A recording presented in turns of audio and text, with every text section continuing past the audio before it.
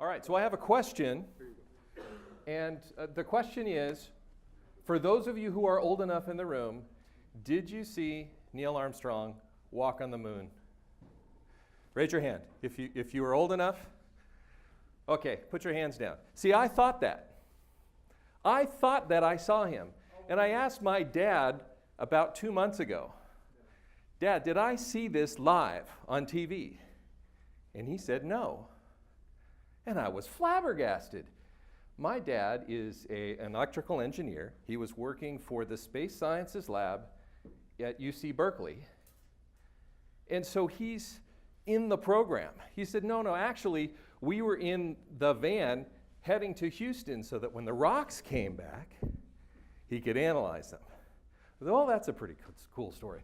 But I thought about this for a start here because you think about what he did. He was doing mass spectrometry on the first lunar samples coming back. What are we doing on Mars today? The sensor's not here, the sensor's on Mars. The cost to bring those Martian rocks back here would be incredibly expensive. So we've figured out a way. We've analyzed how to solve the problem in such a way that we do a lot more with a lot less. So if you get anything from my talk today, this is it. Do more with less without sacrificing safety or security. All right, so I'll introduce myself here a little bit. My name's Steve Olsen. I'm a product line manager with VxWorks. I've been with VxWorks or with the team for about 4 years. I've been in the industry for too many years to count. My area of expertise is in the safe software, so anything that goes through certification is dealing with safety, DO 178B, IEC 61508. That's mine, and focused on the aerospace and defense markets. We're going to go through some industry trends, go into what is ARINC 653, the multi-core issues that have come about, and an overview of 653, both from a single and a multi-core edition perspective. Now, the first is you look at these markets, aerospace and defense. I cover them both, but I put them here on one slide. Let's see if is there a pointer here? There we go. So more functionality in the device. Remember, do more with less. There you go. Size, weight, and power. More payload. If you're lifting a lot of computers, that's less that you can lift for other purposes. The fact that we've got a lot of autonomous systems out there, and that certainly has come up in the conference. The systems that need to be autonomous. You don't want to make the decisions here. The delay is too long to do anything real or certainly real time. Your procurement systems, they're worldwide. You're not just consuming and doing the software on your own. You're consuming many people's software into these systems. Safety and security. It's the one thing I'll bring over here where in defense I say security first and safety second. Here I say safety first and security second. You've got pressures on your schedules and operational costs for the whole thing. So we'll focus on just the aerospace and defense. So size, weight, and power, certainly. And reduce cabling. Thinking about putting it all in one system instead of many systems. Consolidating that hardware. The pressure to do more software commingled on a single platform rather than distributed processing. And the new challenges of safety and security. This is a federated system. Looking at it, you see all these boxes out here. Each one is representing a compute node. That compute node is processing. We've had to lift it into, this is an aircraft, but you're lifting it every time you lift that aircraft. Now compare that with this system, where you put a lot more. There's still some nodes out here that are doing some specific functions. Maybe we couldn't commingle everything into a single box, but we did what we could and put it into an integrated modular avionics system. This is one system, does many functions. The federated, which is the many distributed systems, this is well understood. That's how we've been building software since we started building software. You have a single compute environment. You're going to run your software all there. You know how to do it. Everybody knows how to do it. This is the way it's been. Size, weight, and power, that's the con. That's the real con, because now you've duplicated machines. You look over here in the integrated modular avionics, well, size, weight, and power is definitely a pro. You get your software reuse. That's good. Excellent portability and modularity. So I think these are the real things that drive us towards an integrated modular avionics system. So what is ARINC 653? Well, this is ARINC 653 is a standard. It's avionics applications. It has a software interface, the APEX, which is Application Executive APIs, space and time partitioning between the software loads that are there, multiple applications with different levels of safety requirements. This one's important. You don't want something that's doing a menial task to bring down a mission-critical task. If the mission-critical task needs to be walled off, wall it off and run it in a separate space. And VxWorks 653, ARINC 653, that's where the 653 comes from. If you're wondering, it's not version 6.5.3. Some people get that confused. It's not. And I'll show you a slide that has what it is. The application executive, these are the core commands that are part of the ARINC 653 standard, specifically geared towards partition management, process management, time management, inter and intra-partition communication, and error handling. That essentially sums up what you get with ARINC 653. Now, VxWorks 653, there's been several versions. We have our single, and I call it a single dual core, where you run unsupervised asymmetric multiprocessing, essentially running multiple loads, each one dedicated to a core, up through version 2.x. It's certifiable to DL178C level A. It supports multiple DAL levels on the multiple cores running concurrently. So if you have distributed, but it's not coordinated between those two cores. Fault isolation and containment with health monitors, which is part of the specification. And also, it's enforcing the architecture, the I/O, the memory, and the caches that are going on in terms of where those devices are allocated, where they can be shared, and monitoring that functionality. Static configuration and enforcement, this is one thing different that you'll get from a standard, say, virtual machine or a standard operating system. Typically, you run until the highest priority task, certainly a real-time system, is done, run to completion. When it blocks, then the next priority task can run. I mean, you can do some other things in the system, but this doesn't do that. This has a very static configuration on how much time is allocated. And then role-based configuration, and I'll explain that in a bit. So if you look at this slide here, we have several applications, level A, level B. These are different design assurance levels running.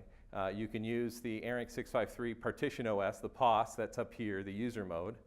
Down here is called the MOS, the Module OS, and it's running VxWorks, but it's exposing to each one of these applications the set of APIs that it's ready to run.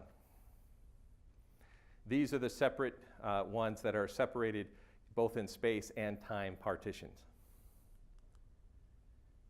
Looks like this. So in a partition, you can have several tasks, several threads of execution. They will schedule within themselves. So when I test a piece of software, I'm testing this Partition OS.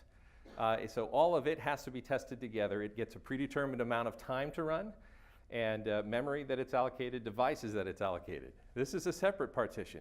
And you'll notice that it executed, and at some point it actually completed. There was nothing left for this one to do.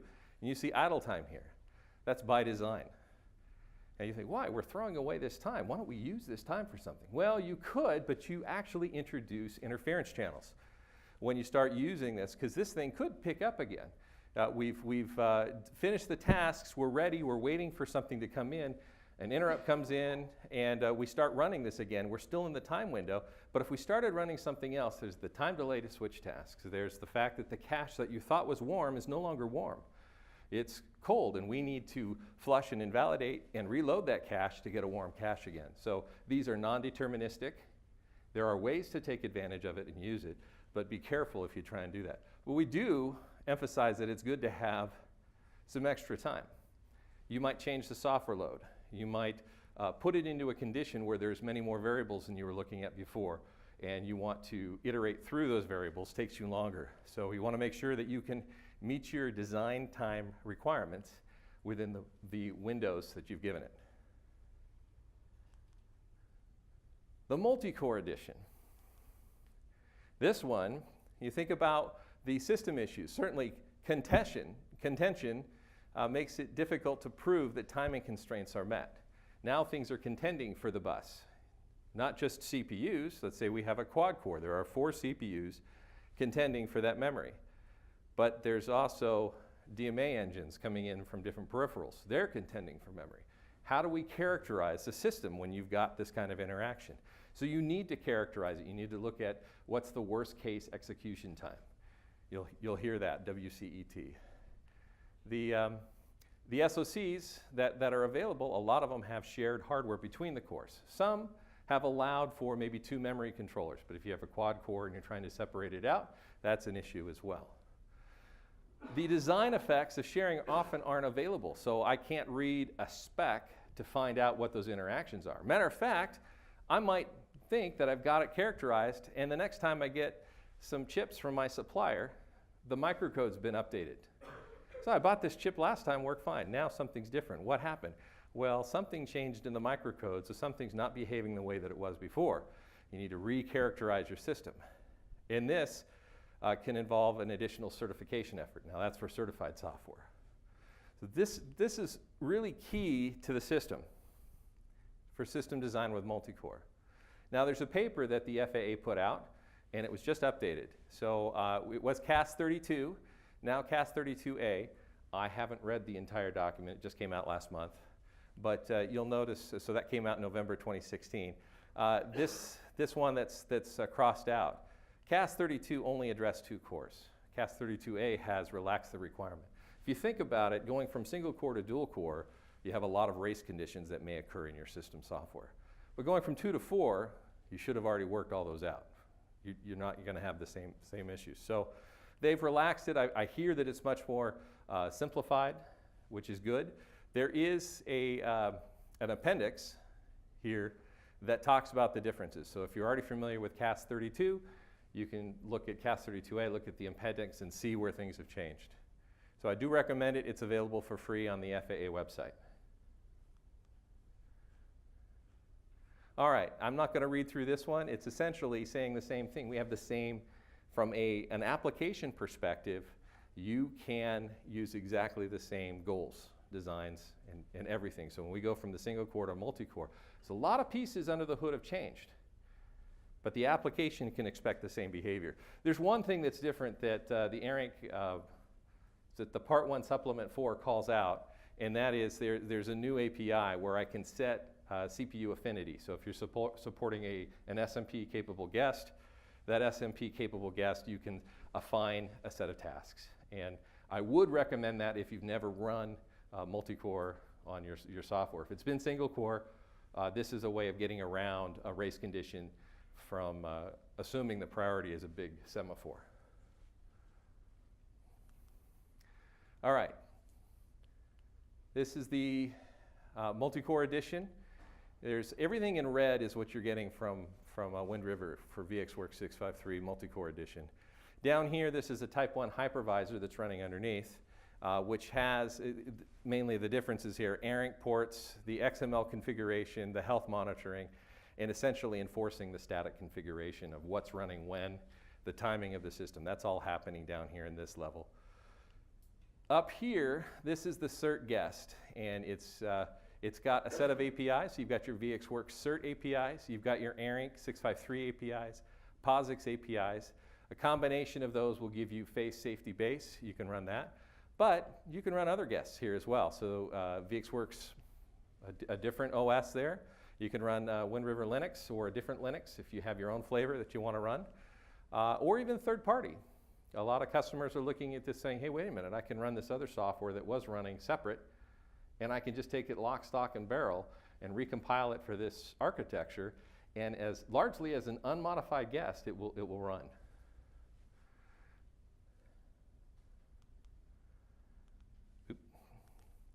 So this slide here, you've got these three, and it's really showing that I'm running different design assurance levels on the single core. So it's time slicing between the first, the second, the third, and then it's got these dedicated. You can switch them around, organize your system however you see fit, but go ahead and use the time partitioning if you don't need to have something dedicated.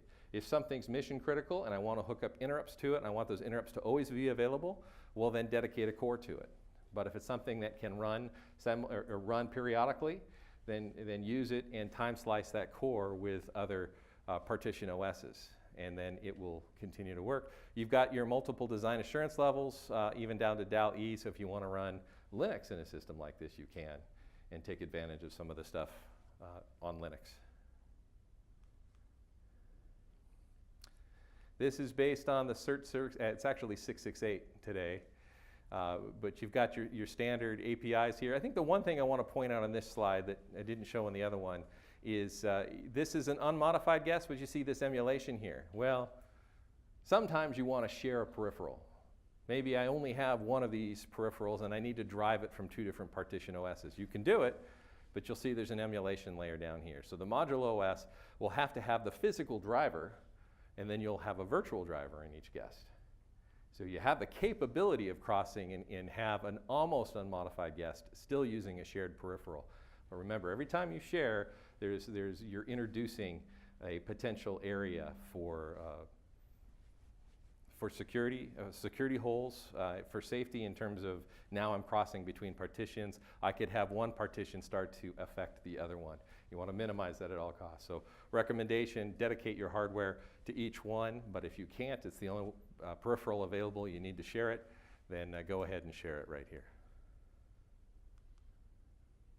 All right, migration. You're thinking that if I've got a 653.2.x, VxWorks 653.2.x application that's running on a single core, how do I move it over? And the beauty is, it should just recompile. Now, we know there's always a little bit of fussing, but the best way to do it is say, take those partitions, and we've simplified it.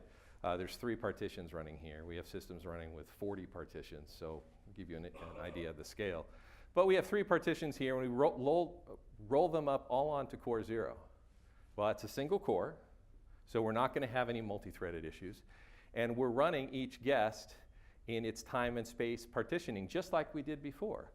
Now, this is a full OS in here. It's no longer sharing in an OS down in the MOS layer. It's done up here. But from an application perspective, it should act and breathe the same. So you do your time and space similar to what was on the 2.x, you're using on 3.x, and you're getting it. Now, once that's working, and you've tested it out, and you think, okay, this is good. Now I want to optimize. Now I can pull something out and run it on a separate core, maybe dedicated if necessary. But I can start to spread the load. Now I can add in other functionality that wasn't over here. So now I've extended the capabilities of what was there initially and shared it. And the last one is, no matter what happens with an application, by the way, when this occurs, the system will detect it. There's something wrong with this partition. We see that it's caused an exception that it shouldn't have. Health monitoring will kick in, and then an algorithm needs to kick in to say, well, what do we do when this occurs? Oh, this is a low priority task. It doesn't happen very often. Let's go ahead and restart it.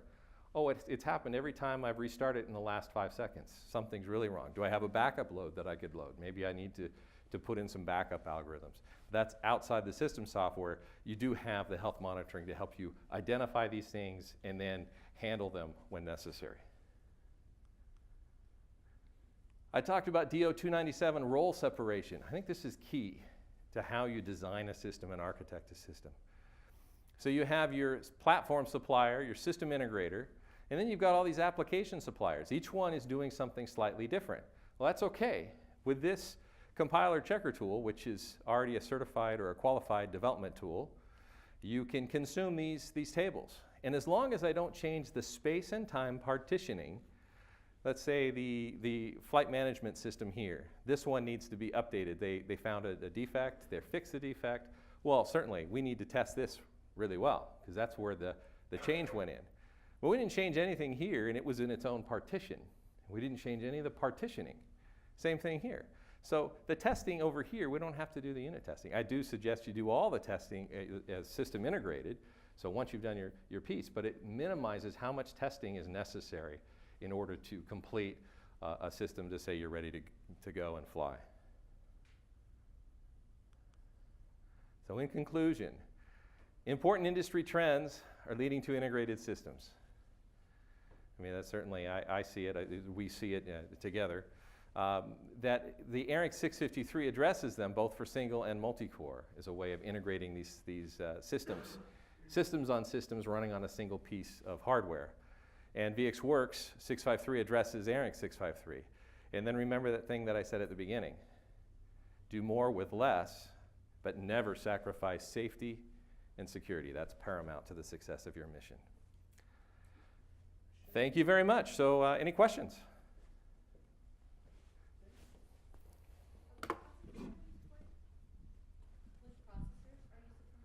We support many, depends on the family, but certainly most of the stuff has been PowerPC based. And so I would say we'd have to look at specifically which versions. We do have some Intel support, and both on single core and coming on multi-core.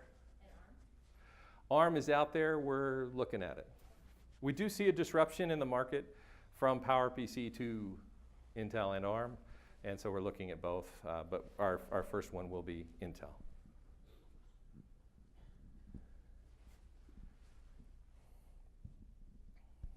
So thank you for your talk. It's really interesting. I'm a big fan of the 653 architecture, and I'm really promoting that in Europe.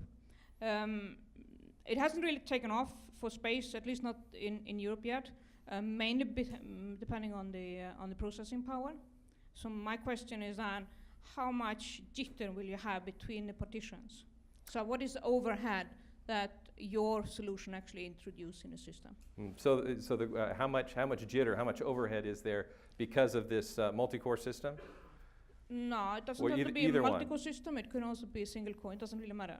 I mean, so your kernel will introduce some sort of overhead. So how much is that? Mm-hmm.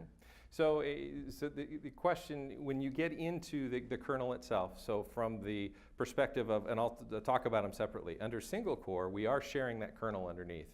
And there are some regions where we will disable interrupts and do some mission critical stuff inside the kernel, turning the interrupts back on. And so you will get that delay, that jitter that may occur during that time. It is a preemptive kernel, so that's very small in time, and it's measurable, and we have reports, so we can look at that. When we go to multi-core, the beauty is it's a full guest, and that guest is owning the hardware all the way down. At least that's the recommended configuration. So there should be no jitter. I'll say there may be some, but I would say very little, because it owns the hardware. Is it deterministic? Deterministic, yes. Yeah. Yes. And there are windows in there. And the jitter itself, so we'll actually show a maximum jitter in terms of when we say we're going to do a time slice and we actually do the time slice. That's part of our release criteria. So then I have one more question. What about the timing, or no, the time in your system? So you have an overall time in your whole system, and then you have a time within that is local within each partition. Is that provided by the kernel? Good question. The time in the system, so I would say the time on the single core version, you're getting it from the system, and each one has the same time. It's reading the same clock. In each independent one. That is a global time then. Sorry to ask a very detailed question. That's a global time for the whole system. Yes. So you don't have a fixed time within the partition, because for some applications that's a key. Yes, and they need to know, and I think there is a delta if they've been counting time and they've been swapped out. Now they know how much time they have, and they know when they get swapped out. Coming back, there's been a big delay, so they need to understand what that delay is if they're depending on that time. And a lot of times our customers will actually turn off interrupts from devices. It seems backwards, but to run polled, because they get more deterministic behavior. And they don't have the interrupt coming in when their partition is not running. And there's no fancy overhead to try and swap an in or out. Good. Any more questions? No, thank you. All right, thank you.